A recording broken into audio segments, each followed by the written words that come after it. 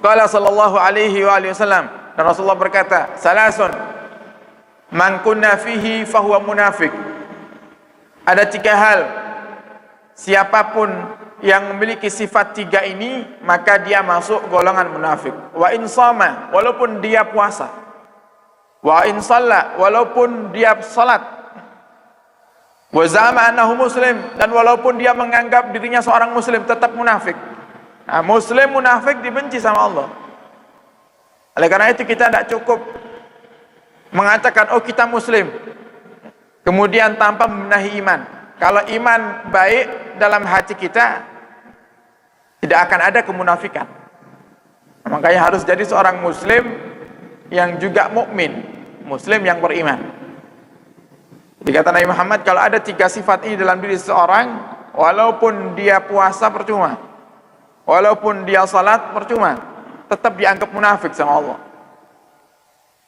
Apa itu? Idza haddasa kadziba atau kadzdzaba.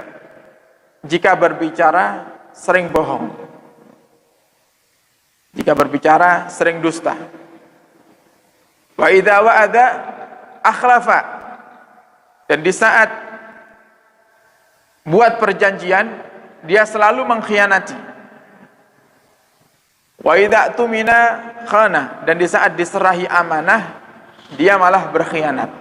Nah, ini 3 sifat yang kalau ada dalam diri seseorang, maka walaupun kita puasa, walaupun kita salat, walaupun kita anggap diri kita muslim, di mata Allah tetap munafik. Hati-hati dalam berbicara, jangan sampai ada kebohongan walaupun itu bercanda.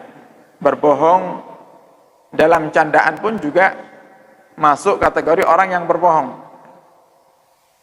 Walaupun tidak serius dia, niatnya guyon.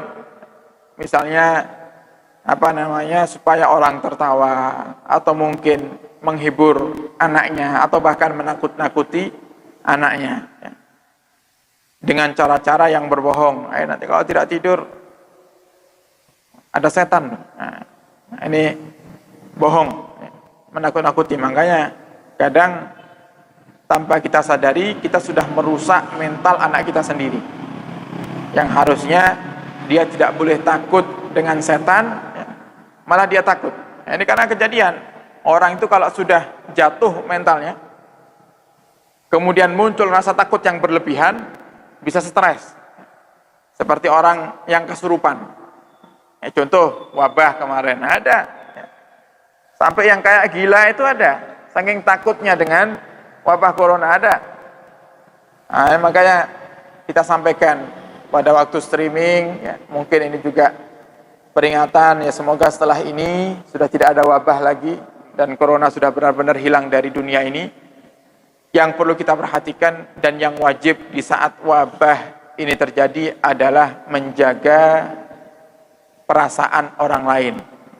Menjaga perasaan orang lain, karena ini sangat rawan sekali di tengah-tengah wabah yang juga bisa merusak daripada akhlak seseorang. Karena kita lihat banyak yang saking takutnya itu terkadang dia tidak mikir dia telah nyakiti orang. Ada salah satu jamaah kita yang waktu itu ikut umroh bersama kita, ketika pulang sholat di masjid yang lainnya berjarak 1 meter, dia 3 meter sendiri, dan diminta oleh orang yang takut sekali dengan corona, karena ngerti oh ini orang dari luar negeri, jadi dia bawa penyakit corona, sehingga yang diberlakukan syarat seperti itu, dia yang paling jauh, kamu yang sana mojok sendiri kamu, karena kamu baru pulang umroh, kamu dari luar negeri, kamu sangat besar kemungkinan membawa penyakit corona. Itu sudah menyakiti hati. Dan yang cerita orangnya sendiri. Gimana, Beb? Kita apa berhenti saja, tidak sholat di masjid, apa tetap sholat di masjid? Sabar, saya bilang. Sabar, Pak. Supaya istiqomah, ya tetap jalankan saja. Dan saya pun boleh sholat di masjidnya cuma 1 waktu saja. Biasanya saya 5 waktu selalu di musola itu, ini cuma 1 waktu. Diperbolehkan sama orang yang sangat takut dengan corona ini cuma satu waktu subuh kalau tidak salah, waktu di mana orang sedikit yang ke masjid. Nah itu jamaah kita itu diletakkan di waktu yang paling sedikitnya orang. Nah, ini ketakutan yang sampai menyakiti hatinya orang,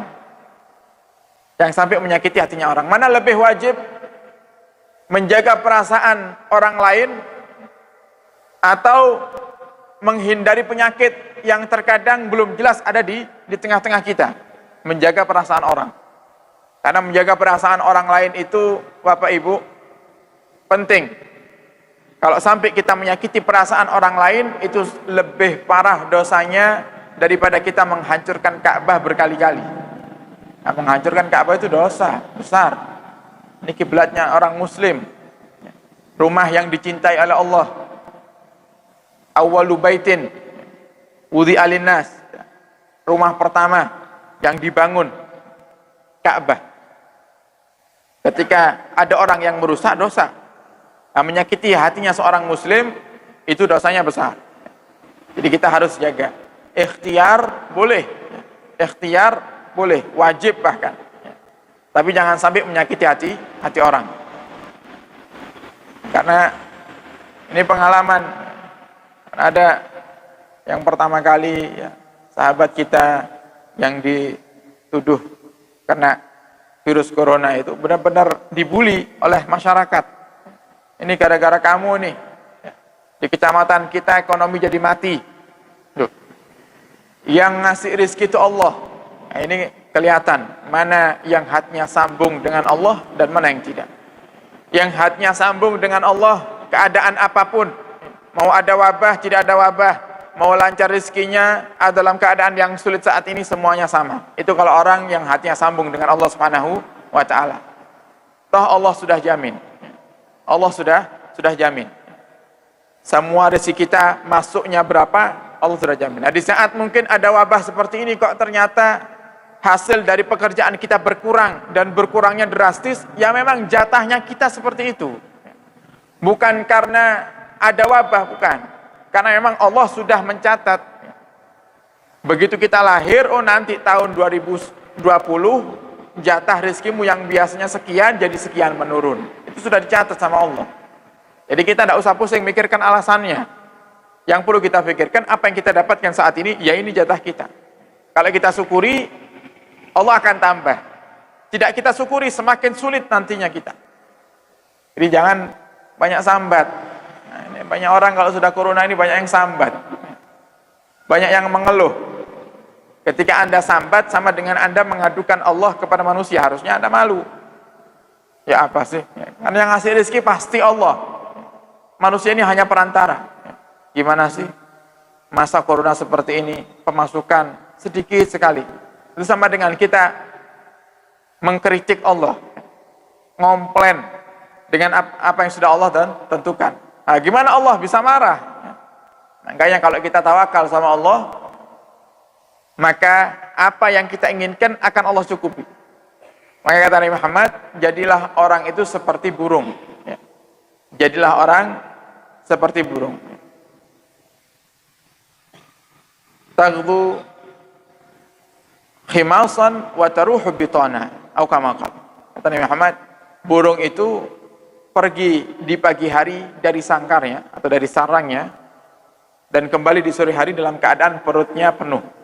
Tidak ada burung yang mencatat targetnya kemana, itu tidak ada. Pernah tahu, oh ini burung nanti mencatat, oh besok saya jadwalnya sawahnya fulan. Tidak ada. Pokoknya dia keluar dari rumahnya, dia keliling, terbang ke sana kemari, turun, hinggap di sawahnya siapa, tidak tahu. Kadang sawah yang hari ini dia hinggapi, besok belum tentu dia hinggapi. Nah, ini kan suatu contoh yang hebat sekali. Kalau kita mau kerja, kita tahu tujuan kita. Misalnya, malam hari kita mau tidur, kita sudah bisa menebak, sudah bisa memperkirakan, oh besok saya bakal kerja di tempat saya kerja. Oh di mana saya kerja? Oh saya kerja di pasar. Berarti tujuan besok saya ke pasar. Kalau burung tidak ada seperti itu. Tujuan saya besok ke sawahnya fulan, tidak ada. Tapi selalu pergi di waktu pagi dalam keadaan perut kosong, pulang perut penuh, bahkan terkadang masih bawa simpanan untuk anak-anaknya. Nah, ini kata Nabi Muhammad yang perlu kita contoh. Kalau kamu bisa bertawakal seperti itu, maka rizkimu pun juga akan jadi seperti rizkinya burung. Pokok keluar rumah dapat rizki yang banyak. Usaha sedikit sudah dapat rizki yang banyak. Gimana caranya tawakal? Jadi kalau kepingin dilancarkan rizkinya, jangan sering mengeluh. Kata orang Jawa, jangan sering sambat. Semakin sering sambat, semakin seret rizkinya. Wa fi khabarin, kemudian dikatakan, laisal khulfu an ya'idar rajulu wa fi niyatihi an yafi. Tidak dianggap berkhianat atau tidak menepati janji seseorang yang ketika bikin janji ada niatan di hatinya untuk menepatinya, tapi begitu jatuh temponya atau datang hari hanya dia lupa, maka tidak dianggap munafik, tidak dianggap melanggar daripada perjanjian.